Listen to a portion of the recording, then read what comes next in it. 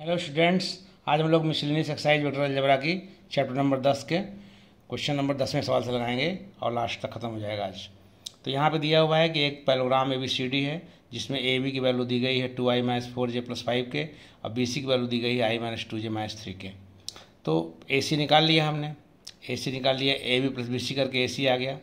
तो unit vector along AC निकाल पूछा है, तो यूनिट वेक्टर अलॉन्ग AC होता है वेक्टर AC बटे मॉड AC।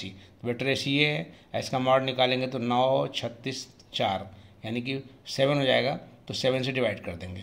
फिर AB क्रॉस BC निकाल लेंगे, इसकी वैल्यू आ गई 22i + 11j। इसलिए एरिया पैराग्राम जो होता है मॉड AB क्रॉस BC होता है, तो 22i + 11j का मॉड ले लेंगे तो हो जाएगा √22 का स्क्वायर + 11 का स्क्वायर, जो बाद में हो जाएगा 11 बाहर ले लेंगे, √4 + 1 यानी 11√5 स्क्वायर यूनिट हो जाएगा। फिर क्वेश्चन नंबर 11 है कि यहाँ पे डायरेक्शन रेशियोज मालूम है 1, 1, 1। तो डायरेक्शन रेशियोज को ABC कहते हैं। डायरेक्शन रेशियोज पता है अगर है ABC, तो DCS यानी डायरेक्शन कोसाइन जो होता है A/√A² + B² + C² होता है, तो 1/√1² + 1² + 1² यानी 1/√3 हो जाएगा। ऐसे ही M की वैल्यू जो हो जाएगी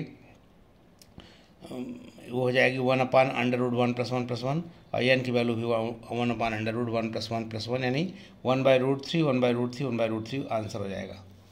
अगला क्वेश्चन है क्वेश्चन नंबर 12। D का मान हम मान लेते हैं कोई वेक्टर D इस प्रकार से है कि D = xi + yj + z के, जो कि परपेंडिकुलर है A पे।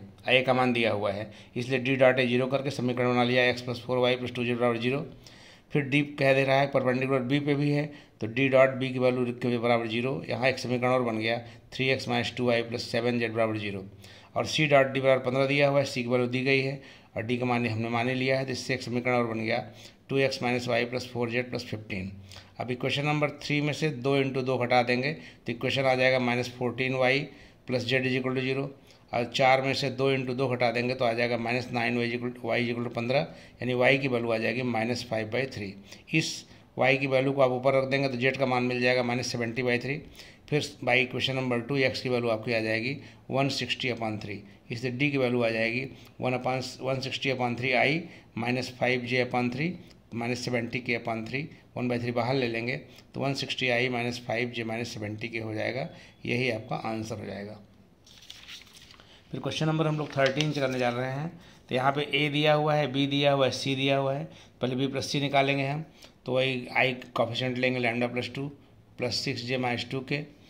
Unit vector along B + C निकालेंगे तो ये वेक्टर लेंगे पूरा, फिर इसका मॉड लेंगे, तो मॉड इसका λ+2 होल स्क्वायर + 36 + 4 हो जाएगा।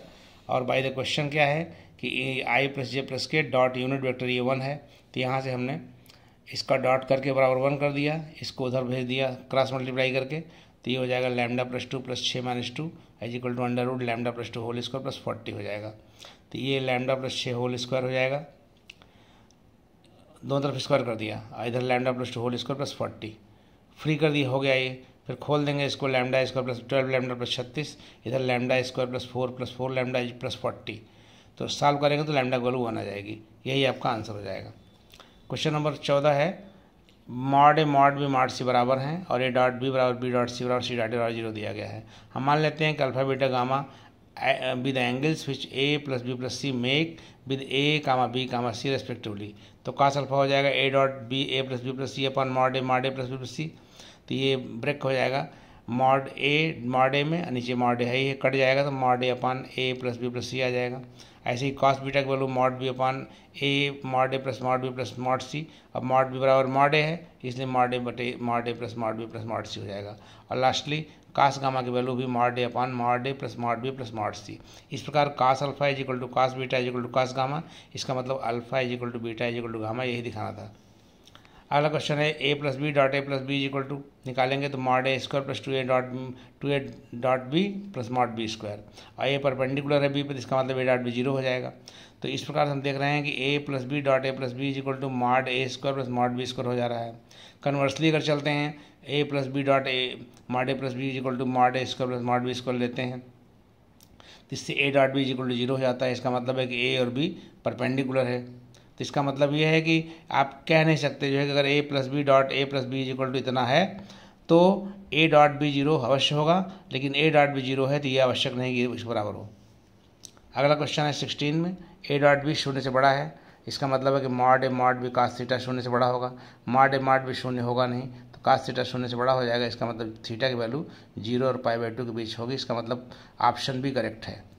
अगला क्वेश्चन है मॉड ए बराबर मॉड बी बराबर 1 दिया हुआ है, तो मॉड ए प्लस बी निकालेंगे इज इक्वल टू 1, इसको हल करेंगे तो mod a plus b whole square 1 हो जाएगा। खोलेंगे इसको, mod a square plus 2 a dot b plus 1 is equal to 1, और मॉड ए स्क्वायर की वैल्यू 1, मॉड बी स्क्वायर की वैल्यू 1 यहाँ रखेंगे, और यहाँ हो जाएगा 2 mod a mod b cos theta यानी 1 इंटू 1 कॉस थीटा। तो यहाँ से कॉस थीटा की वैल्यू -1/2 आएगी यानी कॉस 2 π/3, इसका मतलब थीटा की वैल्यू 2 π/3, इसका मतलब है कि आंसर थीटा का मान 2 π/3 हो जाएगा। अगले क्वेश्चन में आई डॉट जे क्रॉस के है plus J dot I cross के है प्लस के डॉट आई क्रॉस जे है, तो आई जे क्रॉस के आई होता है, आई क्रॉस के हो जाएगा -j और आई क्रॉस जे के बन जाएगा। फिर आपका आई डाटा 1 हो जाएगा, ये -1 हो जाएगा, ये 1 हो जाएगा, तो 1 1 कट जाएगा, तो आंसर आपका 1 हो जाएगा। ठीक है, यहीं तक करते हैं, जो है अगले एक चैप्टर को हम शुरू करेंगे नेक्स्ट डे में। Thank you very much for